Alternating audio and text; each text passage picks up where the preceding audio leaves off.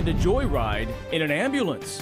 What we're learning about the woman who drove off, and we're asking what are the standard practices regarding and operating emergency vehicles.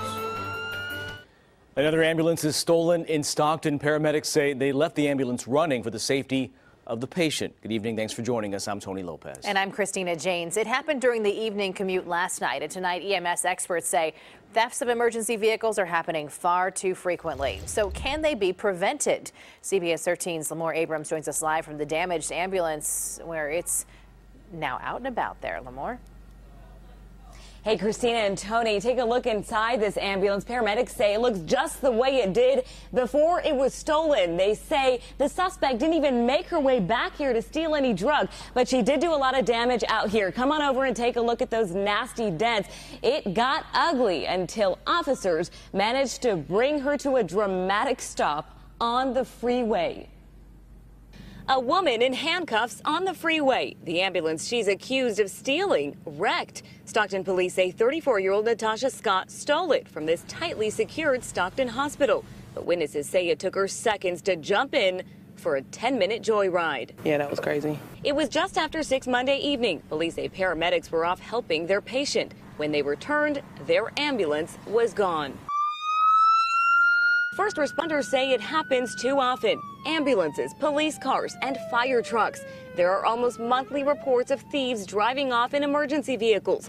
But EMS experts say no single agency tracks how many are stolen nationwide. So is there an industry-wide standard to prevent such thefts?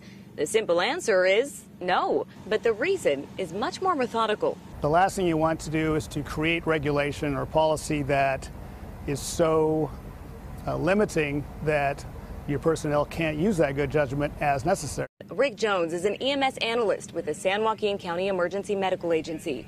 It's a regulatory agency, but he says strict policies aren't always the answer. So an absolute prohibition, for example, of you shall never leave your ambulance with your keys in it or never leave it running for any amount of seconds could actually, have problems on the other side that are not anticipated. He says it's up to individual companies to determine whether the keys should be left in or out of an ambulance. In this case, NorCal ambulance officials say with Stockton's relentless heat on blast, paramedics left the keys in the ignition to keep the air running and the ambulance cool enough for patients.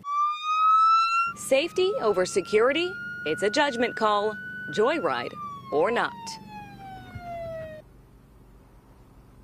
Fortunately, no one was hurt in this crash, and NorCal Ambulance, the company that operates this unit, wants to thank the Stockton Police Department and the CHP for making sure the suspect didn't get too far. Christina and Tony, back to you. Just look at that damage right there behind you. Lemor, thanks for that.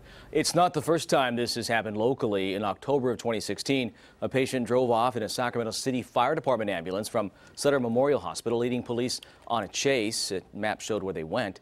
The driver eventually crashed on Highway 99 south of Alberta Road, and 22-year-old Kenneth Javier was arrested.